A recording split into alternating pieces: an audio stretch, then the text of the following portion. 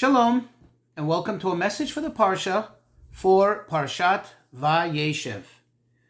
Vayeshev always coincides with Hanukkah. This Parsha is always read on the Shabbat of Hanukkah. So there must be a connection. As we know, nothing is by coincidence. Everything's by divine providence. And honestly, I didn't have to search too far to find an amazing lesson, a theme, which you see highlighted in this week's Parsha and which also is highlighted in Hanukkah. It's something that the candles tell us. Let's take the end of this week's Parsha.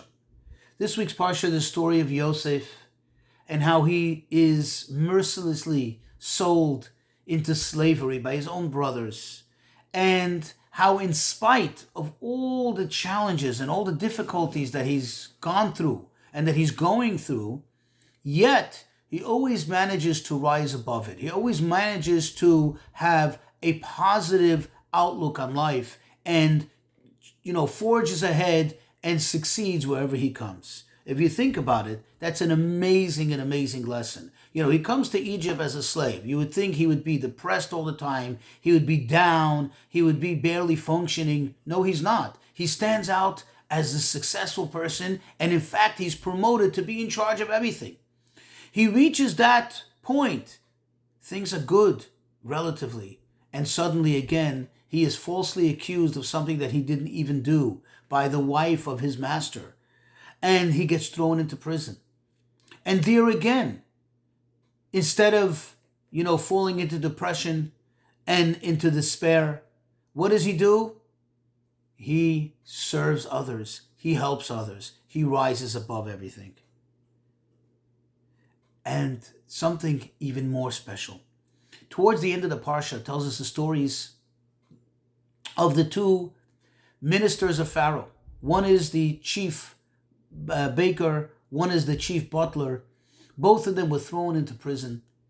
Both of them are there now under Yosef's charge. He is serving them. And it tells us about one morning how he wakes up and he notices that they look different. They look upset. And he asks them, "Why are your faces so sad today? What is the matter? What is up?" And they both tell him that they had an interesting dream, a weird dream, something that's really bothering them. And at the end, he interprets the dreams to them. And this becomes later his passport to freedom, because later, the butler, in next week's Parsha, when Pharaoh has his dreams about, remember, the 7 fat cows, the 7 skinny cows, and he's looking for somebody to interpret the dreams, and that's when the butler remembers, yes, I know somebody who really knows how to interpret dreams, and that is how Yosef comes out of prison, and he is elevated to become the leader of Egypt. The Rebbe tells us that there's an amazing lesson here, because it's not like they came over to him to volunteer their dreams and to share their anguish and their problems with him. It's he who noticed that they were distressed that day. Now take a moment to think about it. Think about the fact that they are these very important people from the higher class of the society, and here they are sitting in prison with other, common criminals. And they are certainly not in a good mood on any given day of that imprisonment, correct? Their incarceration is not something which brings them joy. So at any given day, the day before that, they weren't in a good mood. And yet, Yosef, who himself is going through so much suffering, who himself has every reason to be down and depressed and so on, and to be angry at the whole world, especially at the Egyptians, and these are the people who represent the higher class of the Egyptian society, who are responsible for his problems, for his saga, for his anguish. And yet, he wakes up in the morning and he notices a difference compared to the day before. He notices how they are even more upset, how they even more in anguish than they were the day before and the day before that.